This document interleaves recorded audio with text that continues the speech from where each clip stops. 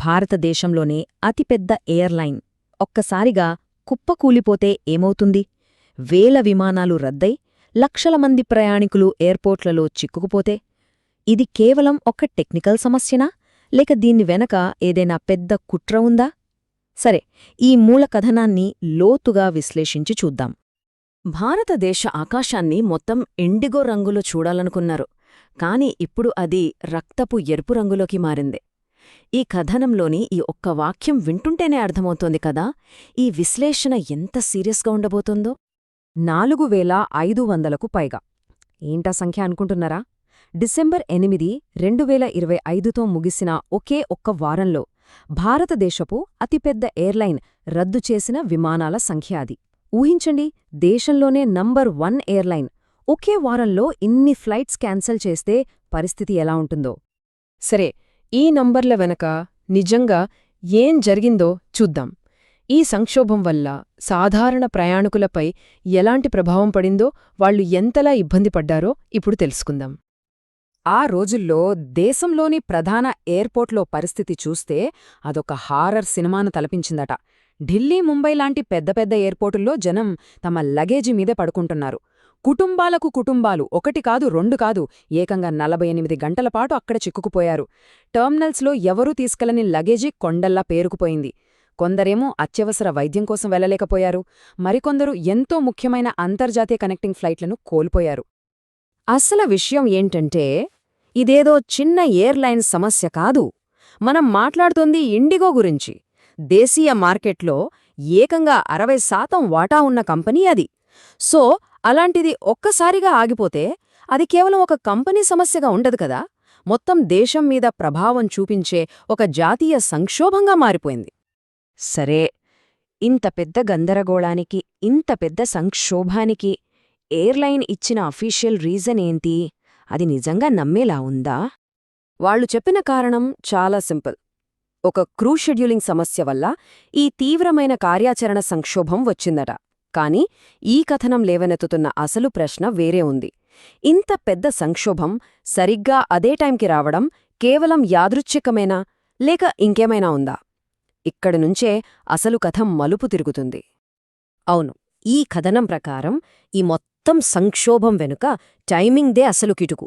ఆ టైమింగ్కి ఒక పెద్ద భౌగోళిక రాజకీయ సంఘటనకు సంబంధం ఉందనేది ఆరోపణ. ఏంటో అది ఇప్పుడు చూడ్డం. ఈ టైమ్లైన్ను కొంచెం జాగ్రత్తగా గమనించండి.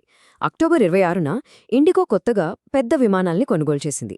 అప్పుడే పైలట్ల కొరత వస్తుందని అందరికీ తెలుసు. కట్ చేస్తే డిసెంబర్ మొదటి వారంలో డీజీసీఏ అంటే మన ఏవియేషన్ అథారిటీ అప్పటిదాకా ఆపిన కఠినమైన పైలట్ డ్యూటీ రూల్స్ని సడన్గా అమరుచేసింది. దాని వెంటనే డిసెంబర్ 1 నుంచి 8 మధ్య 4,500కు పైగా ఫ్లైట్స్ క్యాన్సిల్. దేశవ్యాప్తంగా గందరగోళం.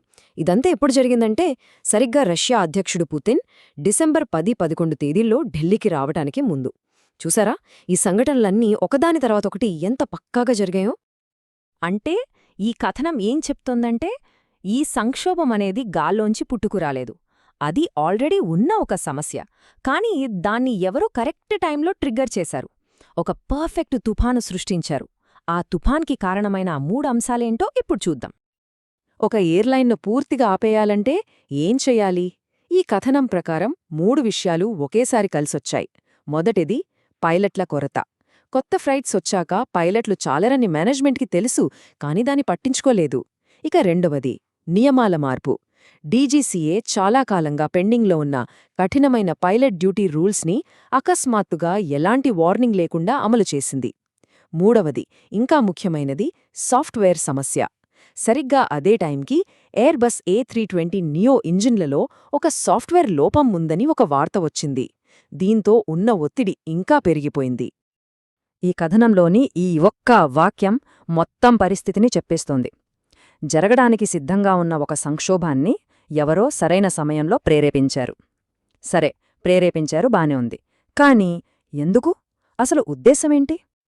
ఓకే, ఇప్పటిదాకా మనం ఎయిర్లైన్, ఎయిర్పోర్ట్ల గురించి మాట్లాడుకున్నాం. ఇప్పుడు ఈ కథను పూర్తిగా అంతర్జాతీయ రాజకీయాల వైపు తిప్పుదాం. అసలు ఈ ఆరోపణల వెనుక ఉన్న ఎందుకు అనే ప్రశ్నకు సమాధానం దొరుకుతుందేమో చూద్దాం. ఈ కథనం సూటిగా ఏం ఆరోపిస్తోందంటే, దీని వెనుక ఉన్న ఏకైక లక్ష్యం ఇండియా, రష్యా మధ్య పెరుగుతున్న బంధాన్ని దెబ్బతీయడమేనట. ముఖ్యంగా అమెరికా, దాని మిత్రదేశాలు మోడీ పుతిన్ సంబంధాన్ని బలహీనపరచడానికి ఇలాంటి ఒత్తిడిని సృష్టించాయని ఈ కథనం చెబుతోంది. అసలు ఇండియా, రష్యా మధ్యమున్న ఏ బంధాలు వాళ్ళకి కంటకింపుగా మారాయి? ఈ కథనం ప్రకారం అవి ఇవే: S-400 వాయురక్షణ వ్యవస్థలు, బ్రహ్మోస్ క్షిపణుల ఉమ్మడి తయారీ, చాలా కాలంగా కొనసాగుతున్న ఇంధనం, చమురు ఒప్పందాలు, ఇంకా వ్యూహాత్మక సైనిక సహకారం. ఈ ఒప్పందాల వల్లే ఈ ఒత్తిడి అంతా. ఈ వ్యూహాన్ని భౌగోళిక రాజకీయ ఒత్తిడి అని పిలుస్తారు. అంటే ఏంటంటే దేశంలోనే ఒక పెద్ద గందరగోళాన్ని సృష్టించడం. ఉదాహరణకు ఇలా విమానయాన వ్యవస్థను కుప్పకూల్చడం. దానివల్ల ప్రభుత్వం మీద ప్రజల నుంచి ఒత్తిడి పెరుగుతుంది, దేశ పరువు అంతర్జాతీయంగా పోతుంది. ఇంకా ముఖ్యంగా ఒక కీలకమైన దౌత్యపరమైన సమావేశానికి ముందు దేశ నాయకుల దృష్టిని పూర్తిగా పక్కదారి పట్టిస్తారు. ఇది అసలు ప్లాన్. సరే, మనం ఇప్పుడు కథ చివరికొచ్చేస్తున్నాం.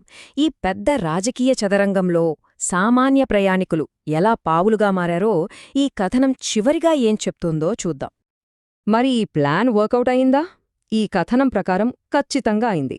దేశంలో జరిగిన ఈ సంక్షోభంతో భారత ప్రభుత్వం దృష్టి పూర్తిగా దానిపైకే మళ్ళింది.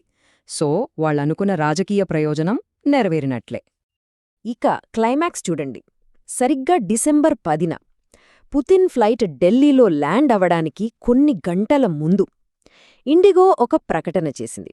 ఆపరేషన్స్ అన్నీ మళ్లీ సాధారణ స్థితికి వస్తున్నాయని. వారం రోజులుగా దేశాన్ని అతలాకుతలం చేసిన సమస్య పుతిన్ రాగానే ఎలా పరిష్కారమైంది? ఇది కూడా యాదృచ్ఛికమే అంటారా? చివరగా ఈ కథనం మన ముందు ఒక పదునైన వెంటాడే చిత్రాన్ని ఉంచుతుంది. ఒకసారి ఊహించుకోండి, ఒకవైపు పుతిన్ ఢిల్లీలో ల్యాండ్ అవుతున్నారు. అదే సమయంలో పక్క గేటు దగ్గర తమ ఫ్లైట్ క్యాన్సిల్ అయ్యిందని ఇండిగో ప్రయాణికులు కన్నీళ్లు పెట్టుకుంటున్నారు. ఆ చిత్రం కన్నా పర్ఫెక్ట్ పిక్చర్ ఇంకేముంటుంది? అసలు ఏం జరిగిందో చెప్పడానికి ఈ ఒక్క ఆలోచన చాలు కదా.